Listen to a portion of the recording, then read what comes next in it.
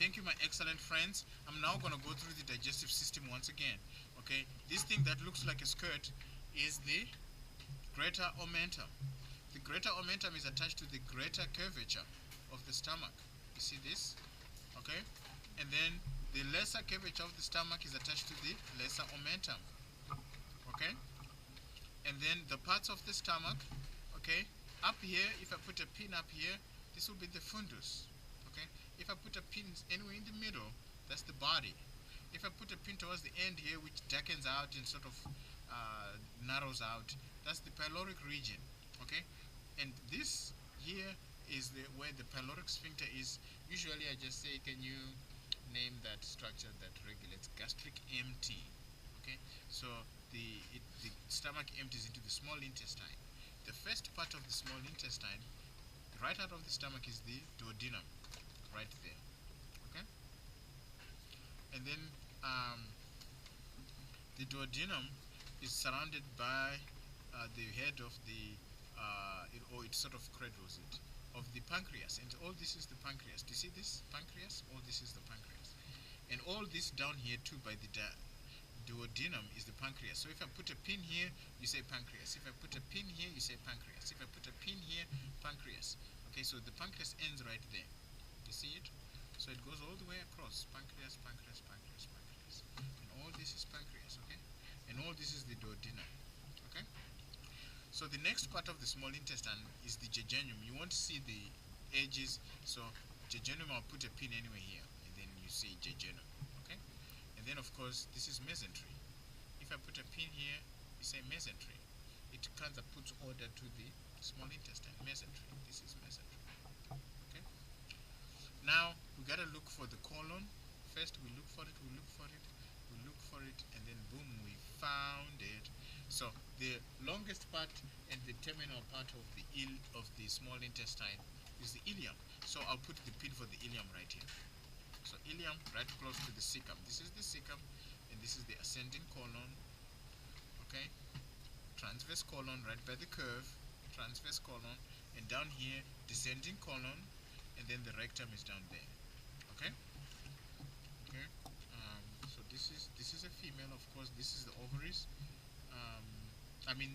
The ovaries are right here, and this is the fallopian tube or oviduct. This looks like it may have been a little pregnant, pregnant actually, because these oviducts are kind of wider than. If it's not pregnant, they're usually just thin. Okay, so it was probably very early pregnancy. This cat. Okay, you can see how thick this is. You can see this one, something is developing right there. Maybe that's one of the kittens and stuff. Okay, so again, right by the colon, ileum. Okay, anywhere over in the middle, jejunum, the list will spell it for you, and right by this out of the stomach, duodenum.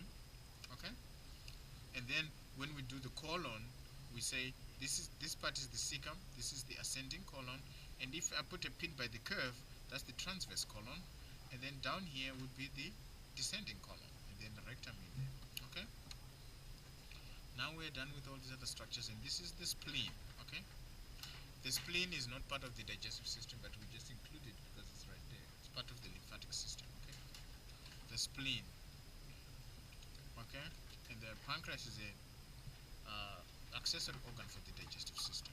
Then we go to the lobes of the liver. Okay, this here that's pointing out is the caudate lobe. Okay, and this here where the gallbladder is, this is the gallbladder. I've already identified it for you. This is the right median lobe, left median lobe, the small itty bitty one, and then the left lateral lobe. The right one, you've got to really look for it, and then there's the right lateral lobe. Okay, and then again there's the caudate lobe right inside here. Okay, and then the gallbladder. Okay, and those are all the parts for the and then of course up here I forgot the cardiac sphincter.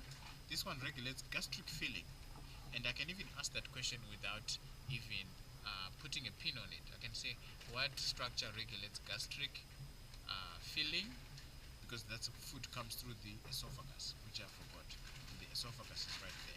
So usually the pin for the esophagus, I put it right there, and then just before it gets into the esophagus, there's the cardiac sphincter right there.